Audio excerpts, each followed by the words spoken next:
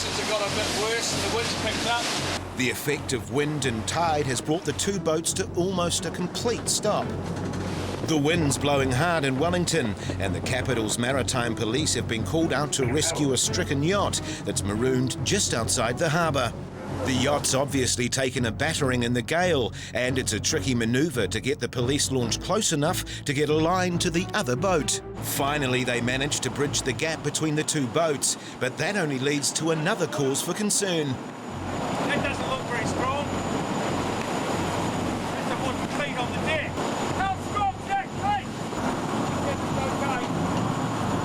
The cleat is the post that the rope is tied to, and although the yachty thinks it's okay, Ross still has his doubts. Not happy about that cleat on its deck.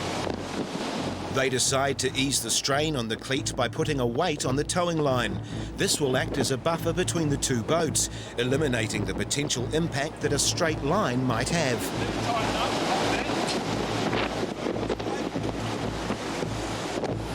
Where's the line? Straight down. Is that weight okay? The weight steadies the tow, but the two boats still have to make it into the harbour. Right, now that we've got you on the line, I'll just get you to check the speed and your fixings periodically. Just let me know if you'd like the speed reduced or if you think there's too much strain on your towing point. And especially as we get in the entrance, it's very critical that everything stays intact. We'll just check the state of the line. Thanks. Where's it go to? And further to that, where are you actually going to once you're in Wellington Harbour? We're both in Shapers Marina, so that's where we're headed. Thanks. Roger, and you'll be able to get in there under your own power? We actually won't be able to get her in because we can't steer. So, although we've got power, no steerage, so I'm not sure. The problem is when we get to the entrance, I don't know what it's like at the entrance, so well. The nearer they get to the harbour entrance, the rougher the seas, meaning that police will have to lengthen the towing line. Ready when you are, Craig. All right, weight coming off. Yeah. Weight's off.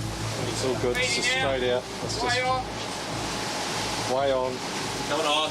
Coming on. About another 5 metres. Oh, a little bit more. You might as well go the whole hog. All right, way off. Way off. Yeah, they're on. Yeah, Go. way on. Go. The conditions have got a bit worse and the wind's picked up. As the boats move into the harbour, the seas get even rougher, and there's more hazards to deal with. Trying to get across the harbour, we've got a big liner that's just coming out. In quite a dangerous spot. Winds are getting up. But traffic isn't the major problem. The effect of wind and tide has brought the two boats to almost a complete stop. So up and down, that's all we're doing at the moment, it's going up and down, making very slow progress. We're still heading into the harbour. We've got same weather, 35 to 40 knots. We've got a little fishing boat coming up our starboard side. And yes, still slow progress. The time now is nearly 7 o'clock. What time we get this job?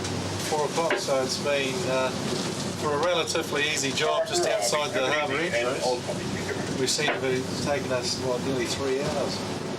But the 3 hours had made all the difference to the crew on the yacht, and although it would be dark before they reached the shore, it was still just light when they all made it to calmer waters.